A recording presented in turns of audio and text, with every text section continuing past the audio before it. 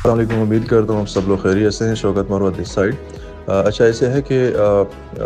ये चूँकि अभी जब हम नैब के साथ कोऑर्डिनेशंस कर रहे हैं और डिफरेंट जो हमारे क्लेम्स हैं या इस तरह के जो एम्बेजलमेंट्स हैं या इरेगुलरिटीज़ हैं जो ऑलरेडी नैब को भेज चुके हैं,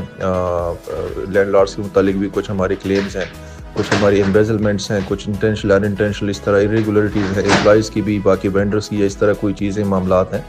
वो नैब को बेच चुके हैं, स्टिल बेच रहे हैं और आगे भी फ्यूचर में बेच रहेंगे जैसे जैसे केसेस हमारे सामने आते रहेंगे। ये मैं आपको क्लियर कर दूं कि ये हमारा नैब के साथ सेटलमेंट का हिस्सा है कि हमारी जितनी भी इस तरह की एम्बेजलमेंट्स होंगी या जो भी चीज़ें होंगी वो रिकवर कर देंगे और इन जनरल भी ये नैब का काम होता है क्योंकि वो है ही अकाउंटेबिलिटी ब्यूरो। अभी यहाँ पे कल मैं जब आया था तो मुझे एक वॉइस नोट्स मैंने सुना था आयशा के बारे में, काफ़ी परेशान भी थी, उसको कल अप नोटिस गया था। मेरा ख्याल है वो जो सुपर स्टोर दुबई का रिलेटेड जो हमने नैब को एक केस भेजा था तो आई एम श्योर उसके रिलेटेड नोटिस आया होगा। मैं थोड़ा सा दोबारा आप सब लोगों को बता दूं, मैंने उस वक्त लेटर में भी बताया था कि जो भी इस तरह अब एक बंदा अगर फॉर एग्जांपल सीपीयू डिपार्टमेंट में है और किसी एग्रीमेंट के अंदर अगर कोई दो नंबरी है, वो अगर केस बेशक बनाया है, उसमें इन्वॉल्व फॉर एग्जांपल एक जूनियर असिस्टेंट मैनेजर है या उसमें डिप्टी डायरेक्टर इन्वॉल्व है या उसका फ्लोर मैनेजर इन्वॉल्व है, इसके अलावा डायरेक्टली किसी की भी इन्वॉल्वमेंट नहीं है, लेकिन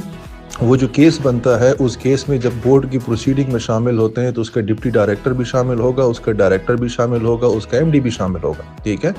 इसी तरीके से जिस तरह दुबई का कोई केस है तो उसमें बेशक डायरेक्ट इन्वॉल्वमेंट एक बंदे की होगी या खुदा न खास्ता दो की हो सकती है, लेकिन उस केस में जो उस वक्त का जो जीएम होगा वो भी इन्वॉल्व होगा, उसके बाद जिसने ट्रांसफ़र किया वो भी इन्वॉल्व होगा, जो पहले जिसके नाम ने ट्रांसफ़र हुआ था या जिसने प्रोसीडिंग्स की थी, क्योंकि उस केस की डेप्थ तक पहुंचना होता है ना। तो इस हिसाब से अभी भी अगर नाम गए हैं तो इस तरीके से गए हैं, बाकियों भी नाम इसी तरीके, जो जो एम्बेजलमेंट आएगी नाम इस तरीके से जाएंगे। फ्रॉम द बिगिनिंग जो मैं रोज़ाना एज एन एडवाइस आप लोगों को समझाता हूँ कि यार जब भी ये कंपनी के मामला बड़ी सेंसिटिव नेचर के होते हैं, काइंडली इस चीज़ को आप लोग लाइट मत लिया करें। मैं आप लोगों को बार बार समझा रहा होता हूँ, नसीहत कर रहा होता हूँ कि प्लीज़ ये जो कंपनी के एसेट्स हैं, कंपनी के जो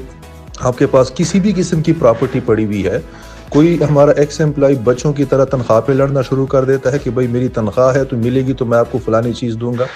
कोई बंदा इन्वेस्टमेंट पे लड़ना शुरू कर देता है कि मेरी आपके पास फलानी इन्वेस्टमेंट स्टक है, वो आप मुझे दोगे तो मैं आपको आपका एसेट दूंगा, कोई बंदा इस पे कर देता है कि मैं तो इधर हूँ तो मैं तो उधर हूँ तो मेरा ये रीज़न तो वो रीज़न। भाई बात यह है अगर किसी की इन्वेस्टमेंट स्टक है, इन्वेस्टमेंट लीग यहाँ पे हम कानूनन बात करते हैं, ये कोई बदमाशी या जातियात वाली बात नहीं होती, हर जगह कानून चलता है। आपकी इन्वेस्टमेंट स्टक है, नैब ने अखबार में इश्तिहार दिया हुआ है, आप सब लोगों को पता है, आप हैं या आपका कोई भी कस्टमर है उसको बताएं भाई नैब में जाएं, नैब में अपना क्लेम जमा करें। शौकत बरौत ने 3.5 बिलियन का वहां पे प्ली बार्गेन कर दिया है, मोस्ट वेलकम यार, अपने पैसे ले लो, देखो इनकार तो नहीं है ना किसी बात का लेकिन एक बंदे को इस स्टेज पे अलग-अलग तो डील नहीं किया जा सकता। एक अभी तो पहले तो शायद लोग कहते थे कि शायद शौकत मोहम्मद ड्रामा करता है, अभी तो यार पीबी वहां पे अप्रूव हो गई, अब सबके सामने अखबारों में आ गया, कोर्ट ऑर्डर्स मौजूद है, अभी तो भाई अगला बंदा जा सकता है। अभी भी अगर आपका इन्वेस्टर या आप खुद इस चीज़ को लेके जो है मेरा कोई कंपनी का एसेट या मेरा कोई ज़ाती एसेट, कोई बंदा खैर ज़ाती तो है नहीं, कंपनी के एसेट्स हैं सारे, कोई होल्ड करके रखेगा या कंपनी का पैसा होल्ड करके रखेगा कि भाई मुझे तनख्वाह नहीं मिली या मुझे इन्वेस्टमेंट वापस होगी तो मैं वापस करूंगा, तो भाई कानून ये नहीं कहता। आपकी अगर तनख्वाह भी पेंडिंग है उसका भी कानूनी तरीका है, कंपनी अकाउंट्स अनफ्रीज होंगे, मैं तमाम लिस्टें बाहर निकालूंगा वापस। आपको भी पता है अल्हम्दुलिल्लाह आज तक मैंने किसी का 1 रुपया नहीं रोका, ना मैंने आगे किसी एक का रोकना है। तो जब एक बार मैं कंपनी की लिस्ट ओपन करूंगा, मुझे पता चलेगा इस डेट तक ये एम्प्लॉइज काम कर रहे थे, मौजूद थे, गैर हाज़िर नहीं थे, मैं वो तमाम चीज़ करूंगा। जो जो जिसकी अमानत बनी कि यार आपने कोई चीज़, अभी आपने अगर तनख्वाह के लिए एक एसेट होल्ड किया तो जिसने होल्ड नहीं किया था तो क्या अगर उसकी तनख्वाह पेंडिंग है मैं नहीं दूंगा उसको? भाई उसकी अमानत है, मैं भी कानून को जवाब दे हूँ, वो भी कानून को जवाब दे है। तो काइंडली बच्चों की तरह कंपनी का कोई एसेट, कोई प्रॉपर्टी, कंपनी का कोई कैश इस बात पे जो है वो होल्ड ना करें, अपना नुकसान करवा बैठेंगे। रीज़न ये मैं दुबई सुपर स्टोर की बात कर रहा था कि दुबई सुपर स्टोर पे इस तरह बाकी एसेट्स पे मैं हर किसी को नोटिस भेज रहा हूँ कि यार काइंडली आपके पास कोई कंपनी का एसेट, ये फलाना पैसा, ये तमाम चीज़ें पड़ी हैं, ये वापस भिजवा दें। इस पे भी जाके मुझे बच्चों की तरह आगे से ना रेजिस्टेंस शुरू हो जाती है, भाई मेरी तो इन्वेस्टमेंट स्टक है, मेरी तो सैलरी स्टक है, मेरी फलाना स्टक है। भाई आपकी शौकत मरवत या कंपनी के पास टक्के बराबर भी चीज़ स्टक होगी तरीकाकार होता है हर चीज़ का। आपको पता है चीज़ अल्हम्दुलिल्लाह आगे जा रही है, आपको अपनी चीज़ 16 आने वापस मिलेगी, इसमें मेरी कमिटमेंट भी है और इसमें कानूनन मैं जवाबदेह भी हूँ। हम एक मुल्क में रहते हैं, यहाँ कानून चलता है। लेकिन ये भी हर किसी को पता होना चाहिए कि शौकत मुरत या उसकी कंपनी का 1% की चीज़ किसी के पास होगी तो वो काबिल वापसी है, और वो शर्तिया वापसी नहीं है कि आप फलानी चीज़ वापस करोगे तो करूँगा। नो, आपको कंपनी की एक चीज़ अमानतन मिली थी, प्रोफेशनली मिली थी, वो चीज़ बाय हुक और बाय क्रुक आप वापस करने के पाबंद हो। द मोमेंट आपको ऑफिशियली नोटिस आ गया कि भाई पहले तो चलो कंपनी के हालात ठीक नहीं थे, हम चीज़ों को सही मैनेज नहीं कर पा रहे थे, अभी मैनेज कर रहे हैं, ऑफिस ओपन है, ये आपके पास फलाना एसेट है, पहुंचा दें। अखलाकन हम एक बार फिर नोटिस भेज रहे हैं कि ऐसा ना हो कि खुदा ना खास्ता मैं धड़ाधड़ नैब को डायरेक्टली नोटिस भेज दूं और उसमें किसी एम्प्लॉय के पास ऐसा कोई एम्प्लॉय हो जिसने अमानतन चीज़ अपने पास रखी हो और ऐसे निकले पास में कि उसने कंपनी की प्रॉपर्टी सेव करने के लिए अमानतन पास रखी हो कि भाई अभी कोई ट्रस्टवर्दी बंदा नहीं है जिससे कांटेक्ट किया जा सके। शौकत मोहम्मद डायरेक्ट कांटेक्ट करेगा या कंपनी ओपन होगी तो मैं अमानत वापस करूंगा। तो मैं नहीं चाहता कि यार ऐसे बंदे का जो है मैं नाम नैब में भेज दूं, बेशक बाद में भी ड्रा भी करूँ, लेकिन अगला बेचारा हर्ट तो होगा ना कि यार मैंने तो सर आपकी चीज़ अमानतन रखी थी कि आप कांटेक्ट करोगे तो मैं वापस कर दूंगा। इस वजह से मैं स्टिल हर बंदे को नोटिस भेज रहा हूँ, हर बंदे को लेटर भेज रहा हूँ। नोटिस भी नहीं, मैंने पहले लेटर लिखा होता है कि काइंडली ये मेरा लेटर कंसीडर करें, आपके पास ये फलानी चीज़ पड़ी हुई है, वापस कर दें। नहीं कोई करता और आगे से मुझे इस तरह की बातें सुननी पड़ जाती हैं कि यार मेरी तनख्वाह स्टक है, मेरी तो जो है ना फलानी रीज़न है, तो मैं तो इन्वेस्टमेंट के अगेंस्ट है, तो मैं तो इन्वेस्टमेंट रिकवर करूंगा। तो यार मैं आपसे कोई गिला नहीं करता, आप उसको रख लो, लेकिन कोई 8 लाख होगा, 5 लाख होगा, 10 लाख होगा, 20 लाख होगा, जितने का भी वो एसेट है, मैं तो यार आपका केस स्ट्रेट अवे भिजवा दूंगा नैब में। आप सबको भी पता है कि यार एक बार जब आपका नाम चला जाएगा तो ये भी आयशा से फिर बात हो रही थी तो देखिए कॉल-अप नोटिस सबको जा रहे हैं। तो यार नैब का जब कॉल-अप नोटिस किसी को भी जाता है ना, आई एम श्योर कि आयशा का वॉइस नोट आप लोगों ने भी सुना होगा, इंतहाई परेशान बंदा हो जाता है, घर वाले परेशान हो जाते हैं। और परेशानी की बात भी है क्योंकि नैब बड़ा सीरियसली लेती है इन चीज़ों को। कोई अगर कह दे कि नहीं यार मुझे नैब नोटिस ना भेजे, मैं तंग हो जाता हूँ, मुझे जो है ना ये तंग ना किया करे, यार नहीं सुनते वो। उनका एक काम है, उनका तरीक़ाकार है, उन्होंने एक चीज़ जब निकालनी है तो फिर निकालनी है, चाहे उससे कोई खुश होता है, कोई नाराज़ होता है, किसी को तकलीफ पहुंचती है, किसी को क्या होता है, भाई उनको अपने टारगेट पे गर्ज होता है, उनको अपनी जो है ना वो चीज़ से गर्ज होता है कि भाई ये एक मेरे पास केस आ गया, अभी मैंने इसका सोल्यूशन करना है, जो भी होता है। मेरा ख्याल एक पॉजिटिव भी है, मैं तो यार अभी पॉजिटिव ले रहा हूँ उस चीज़ को कि यार अगर एक चीज़ उनके पास चली गई है, प्रोफेशनली उसने उस चीज़ को निकालने का तहैया कर लिया कि भाई अभी वो चीज़ है, प्रूव्ड है, मैंने निकालनी, और उसको उस चीज़ तक ही गर्ज होती है। अभी उसके लिए जो है ना वो बेशक 10 रुपए की चीज़ है और अगले का 100 रुपए का भी नुकसान करना पड़ता है ना, तो वो लाजमी करते हैं, वो करते हैं, और मेरा ख्याल होना भी चाहिए। तो बस इंसानों की तरह अगर मैं पूछ रहा हूँ 10 रुपए की चीज़ है, 10 ही मांग रहा हूँ, तो यार बंदे को दे देना चाहिए, तकलीफ से बंदा बचाए।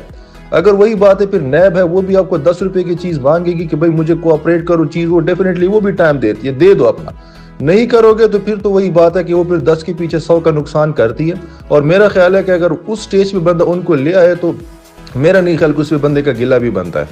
तो ऐसी सिचुएशन में अगर किसी एक गलती के पीछे 3 4 5 नाम और चले जाते हैं, ये मेरी उन लोगों से कमिटमेंट है कि भाई जब आप कसूरवार नहीं है। मैंने आपको एक एग्जांपल दे दी कि हमारे काफ़ी एम्प्लॉइज जो अच्छी बड़ी पोस्टों पे थे, अभी तो हमने अकाउंट्स और फाइनेंस डिपार्टमेंट को और सीपीयू सीएमडी को छेड़ा ही नहीं है, वो तो अभी हमने डॉक्यूमेंट्स ओपन करनी है, तो हमारे मोटे मोटे सामने केसेस है, उनमें आप देखिएगा कि उसमें तो सैकड़ों हज़ारों केस निकलेंगे, कितने एम्प्लॉइज आते हैं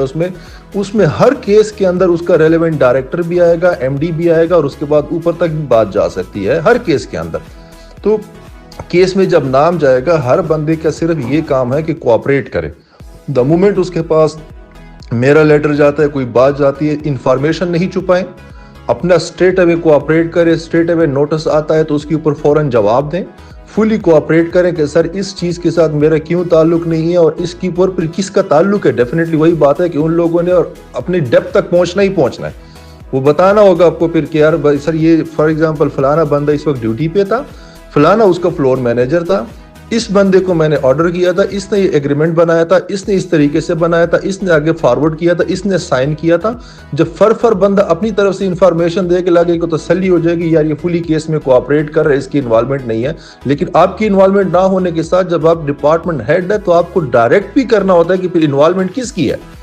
कौन इसमें ये भी नहीं कह सकते कि सर मैं था तो डायरेक्टर, या मैं था तो एमडी या मैं था तो सीनियर पोजीशन पे, मैं उस चीज़ को लीड कर रहा था, लेकिन मैं नहीं इन्वॉल्व, मुझे नहीं पता कौन इन्वॉल्व है, इसमें भी आपकी जान नहीं छूटती। आप जब एक कंपनी में पोजीशन पे होते हैं, इसका मतलब है कि उस स्पेसिफिक डिपार्टमेंट या रीजन के रिलेटेड जो भी मामलात होंगे उसके आप रेस्पॉन्सिबल हैं। बेशक आप डायरेक्टली नहीं उस चीज के अंदर इन्वॉल्व, लेकिन आप उस केस में आपका नाम आ जाता है। Coming back to the case of Ayesha, Ayesha आपने परेशान नहीं होना जब आप इन्वॉल्व नहीं है एक चीज के अंदर। मुझे नहीं उस चीज पे, मैं खुदा ना खासा कहता कि यार आप कहीं पे किसी चीज में इन्वॉल्व है, लेकिन एक जब वहां पे एक केस के अंदर आपका नाम है, आपने वहां पे सबसे ज्यादा सर्व किया हुआ, ये सिर्फ इस केस में नहीं, हर केस में आपका नाम आएगा। अभी इसमें अगर आप मुझे बोलती हैं कि सर मेरा जो है ना वहाँ पे नैब में जाएं और कॉल अप नोटिस के ऊपर प्ली दे दे और मुझे जूम पे ले लें दिस एंड दैट, आयशा नैब वाले मेरी अगर इतनी सुनते तो मैं अपनी जो है वो केसेस ना ख़त्म करवा लेता, या मैं अपने नोटिस ख़त्म ना करवा लेता, या मेरी फैमिली मेम्बर्स को नोटिस आ रहे हैं क्या मैं वो ख़त्म ना करवा लेता। भाई बात यह है कि अगर उनको एक केस सॉल्व करना है और उसमें जिसका नाम जाता है उसके ऊपर उनको कॉल अप करवाना भी है और उनको जो है ना आना भी है। अभी अगर आप यहाँ पे ये बोलती हैं कि आपका वहाँ पे नाम जो है वो एग्जिट कंट्रोल लिस्ट में है, या वहाँ पे जिस तरह उसको ट्रेवल बैन बोलते हैं, दुबई में ट्रेवल बैन में आपका नाम है, तो देखिए उसके लिए मैं यहाँ पे नैब को कन्विंस नहीं कर सकता। वो फिर प्रॉपरली आपको वहाँ से डॉक्यूमेंट्स इकट्ठे करने होंगे, आपको उसका पूरा रिकॉर्ड निकालना होगा कि सर ये देख ले मैं ट्रेवल बैन में हूँ, इस रीजन की वजह से मैं दुबई से विजिट नहीं कर सकती। वो फिर नैब का काम है। आई एम श्योर कि इस सिलसिले में नैब फिर कंसर्न, अगर उनको इस लेवल में आपकी जरूरत होती है, अगर तो वो कहते हैं ठीक है यार जूम पे हम कन्विंस्ड हैं और जूम पे हम काम चला लेंगे, वो तमाम डिटेल्स प्रोवाइड करेंगे, वो अपने आप को अगर उस कहते हैं कि एक लंबे प्रोसेस से बचाना चाहते हैं और उनको लगता है कि इस स्टेज पे आपकी आने की ज़रूरत नहीं है, तो आपको अलाउ कर देंगे, लेकिन आपको वो तमाम प्रूफ और डिटेल्स लेटर के साथ लगा के उनको भेजनी है। ठीक है, मेरे कहने से न मानेंगे, न आपके कहने से मानेंगे। और अगर उनको लगा किसी स्टेज पे या अभी कि नहीं यार आयशा की हमें ज़रूरत ही ज़रूरत है और ट्रेवल बैन आपके सामने ले आती हैं, तो फिर नैब की अपनी जो है जुरिस्डिक्शन है, अथॉरिटीज़ है, वो फिर कंसर्न एम्बेसी से बात करती है, वो स्पेशल रीजंस पे आपका नाम ट्रेवल बैन से निकलवाती है कि इसकी इन्वेस्टिगेशन के लिए ज़रूरत है, हमें स्पेसिफिक पर्पस के लिए ये पाकिस्तान में चाहिए। वो आई एम श्योर नैब जो है, नैब के पास पावर्स भी हैं, अथॉरिटी भी है, आपका नाम वो ट्रेवल बैन से जो है वन टाइम जो भी निकालना चाहें वो निकाल लेंगे और आपको पाकिस्तान बुला के इन्वेस्टिगेशन का हिस्सा हो जाएं। लेकिन आयशा इसमें कुछ भी और आपके माइंड में है कि ट्रेवल बैन को रीजन बना के तो शायद नैब आपको नहीं बुलाएगी, या आप पाकिस्तान में फिर नैब की जो है ना इस इंक्वायरी से साइड पे हो जाएंगी, या इस तरह की कोई चीज़, वो देखे इस तरह नहीं चलेगा। वो ये खुदा ना खासा मैं आपको थ्रेट नहीं कर रहा, ये नैब आपके साथ इस चीज़ पे एग्री नहीं करेगी। ठीक है, 19 करोड़ का सुपर स्टोर का सिर्फ एक ही केस है, मैंने आपको बताया, और ये सुपर स्टोर तो फिर वही बात है, एक एग्जांपल है। एज ए कंट्री हेड आपके और काफ़ी सारे बिजनेस एंटिटीज़ में सिग्नेचर्स हैं, आपने कंपनी को लीड किया है, तमाम चीज़ें आपने अच्छा किया। मैं ये नहीं कहता आपने कंपनी का एक काम ही किया, लेकिन वही बात है जब कंपनी के अंदर एक एम्बेजलमेंट्स हुई है, इरेगुलरिटीज़ हुई है, as a head, as a responsible person आप नहीं भी इन्वॉल्व, लेकिन कोई और इन्वॉल्व है, इन्वेस्टिगेशन में आप इन्वॉल्व हो जाती हैं। अभी उसमें जान छुड़वाने का एक ही तरीका होता है, कोऑपरेट करना। भाई ठीक है, एक ही तरीका होता है कोऑपरेट करना, एक ही तरीका होता है हर नोटिस पे जवाब देना और उनको ये फील करवाना कि सर मैं हर चीज में आपको जो है ना वो अवेलेबल हूँ, मुझे किसी किस्म का कोई मसला नहीं है। द मोमेंट आपने उनको ये फील करवाया कि आप जो है वो बचना चाहती हैं, आप जो है वो इन्वेस्टिगेशन में से राइट लेफ्ट होना चाहती हैं, आप जो है वो डिफरेंट किस्म के हरबे या रीजन इस्तेमाल करके स्किप करना चाहती हैं, बिलीव मी आयशा, ये मैं पर्सनल एक्सपीरियंस आपको बता रहा हूँ कि द मोमेंट इदारे को या किसी भी डिपार्टमेंट को, गवर्नमेंट डिपार्टमेंट को ड्यूरिंग इन्वेस्टिगेशन ये चीज़ फील होती है कि यार बंदा राइट लेफ्ट फुर्तियाँ इस्तेमाल करने की कोशिश कर रहा है, इन्वेस्टिगेशन प्रोसेस को स्किप करना चाह रहा है, दैट इज़ द मोमेंट कि आप उनको जो है ना वो हेड्स अप देंगे और उसके बाद वो लिटरली जो है ना फिर सीवियर एक्शन लेना शुरू कर देता है। हो सकता है खुदा ना खास्ता आपका कसूर ना भी हो, लेकिन वो उनको अपने हेड्स अप नहीं करवाना। तो मेरी आपको और इस तरह की जितने भी लोग हैं, जब इस तरह का कॉल अप नोटिस आता है, मेरी यही एडवाइस होगी कि काइंडली इस इन्वेस्टिगेशन को किसी भी सूरत स्किप नहीं किया जा सकता। यस, अगर आप बहुत बेहतरीन कोऑपरेट कर रहे हैं तो जिस तरह आपने एक रीजन बताई है कि आपने उसको तमाम डॉक्यूमेंट्स, तमाम एक रिक्वेस्ट, इसके बाद अगर पाकिस्तान ना आने की वजह आपका जो है वो ट्रैवल बैन में नाम होना है, ECL में वहाँ के हिसाब से नाम होना है कि इस वजह से आप दुबई से ट्रैवल नहीं कर सकती, वो सारा रिकॉर्ड बना के आपने बड़ा अच्छे तरीके से नैब को प्रोवाइड कर देना है कि sir this is the reason मैं पाकिस्तान नहीं आ सकती, मेरी काइंडली जूम मीटिंग कंडक्ट करवा दें विद द प्ली कि अगर स्टिल मेरी रिक्वायरमेंट है तो मेरे हाथ में तो है नहीं उस ट्रैवल बैन से नाम हटवाना। अगर फिर इदारे को मेरी ज़रूरत है, बेशक अपनी इन्फ्लुएंस यूज़ कर सकते हैं। अगर आप अपनी काज में वो है सिंसियर हैं और आप उस इदारे को ये फील करवाना चाहती हैं कि मुझे कोई मसला नहीं आपके साथ कोऑपरेट करना इन्वेस्टिगेशन में, तो माइट भी अभी अगर उसको ज़रूरत नहीं वो आपकी जूम मीटिंग पे मान लेंगे, और अगर उनको ज़रूरत होगी तो फिर वो ट्रेवल बैन में नाम हटवाना ये नैब के लिए कोई मसला नहीं है, वो फिर आपका नाम हटवा देंगे। ठीक है, यही मेरा मैसेज बाकी तमाम एम्प्लॉइज़ के लिए। सीनियर होने के नाते, आप सबका बड़ा होने के नाते मेरी आप सबको एडवाइस यही है, मेरी आप सबको एक नसीहत होगी कि काइंडली इस चीज़ के ऊपर दोबारा, मेरी बातों को तो आप लोगों ने सीरियस लिया या नहीं लिया जब मैं नोटिस भेजता हूँ, लेकिन मेरी एडवाइस यही होगी कि नैब का जब आपके पास या किसी भी इदारे का जब आपके पास कंपनी रिलेटेड मैटर्स में नोटिस आता है, इंतहाई सीरियसली लीजिएगा, क्योंकि वही बात है 10 रुपये के पीछे वो आपकी 100 रुपये की चीज़ फ्रीज कर देंगे।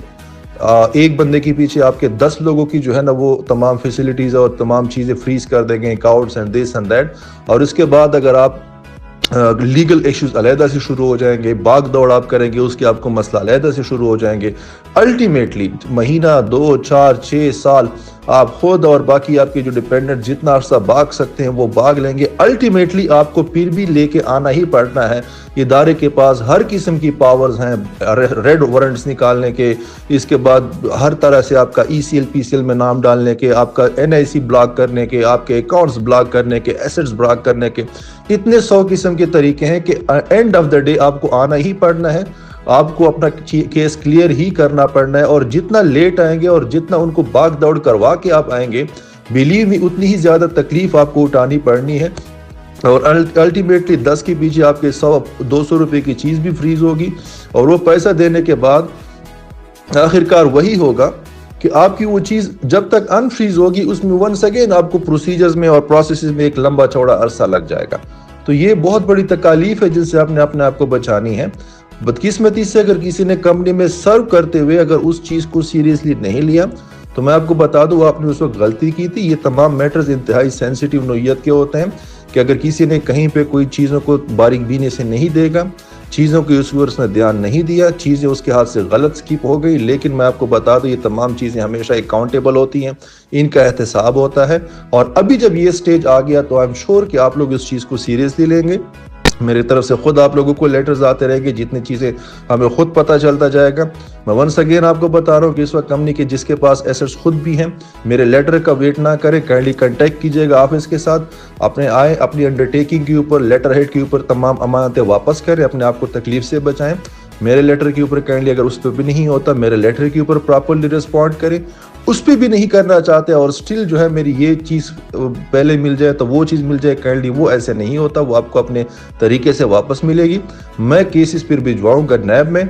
मैं काइंडली वो काम नहीं करना चाहता। बहुत तकलीफ दा मरहला होता है, मुश्किलात होती है, अपने लिए नहीं पूरा ख़ानदान आपके अंदर आपका उसमें इन्वॉल्व हो जाता है। और जो बंदा कोऑपरेट करना चाहता है, मेरा आप लोगों के साथ फुली जो है वो इंशाल्लाह एक मैं एतमाद देना चाहता हूँ। कोई बाहर से पाकिस्तान में आ जाता है नैब के साथ कोऑपरेट करने के लिए या कंपनी के साथ अपने किसी केस में नाम है कोऑपरेट करने के लिए, मेरी इंशाल्लाह आप लोगों को यकीन दहानी है कि इंशाल्लाह नैब भी उस चीज़ पे आपको तंग नहीं करेगी टिल द टाइम आप फुली कोऑपरेट कर रहे हैं। उस केस को सॉल्व करने में 100% उनको जो है पूरी इंफॉर्मेशन, पूरा डिटेल प्रोवाइड कर रहे हैं कि वो डेप्थ तक पहुंच जाए। पहले तो नैब खुद भी आपको फिर तंग नहीं करती जब उनको पता चल जाता है कि इसमें केस में ये बंदा कोऑपरेट कर रहा है। मेरी भी आप लोगों को तसल्ली है कि इंशाल्लाह आपको तंग नहीं किया जाएगा, लेकिन कोऑपरेशन लाजमी है। वो आप नहीं करेंगे फिर मैं टोटली हैंड्स अप हूँ, मेरे हाथ में कुछ भी नहीं है, मैं नैब को नहीं रोक सकता। वंस अगेन मैं आपको बता रहा हूँ, मैं अपने कॉल अप नोटिस में, फैमिली के कॉल अप नोटिस में नैब को नहीं रोक सकता। तो आपकी रिक्वेस्ट में मैं क्या रोक लूंगा? सीधा सीधा फार्मूला जो मैं आपको लास्टली समझा रहा हूँ। Thank you so much.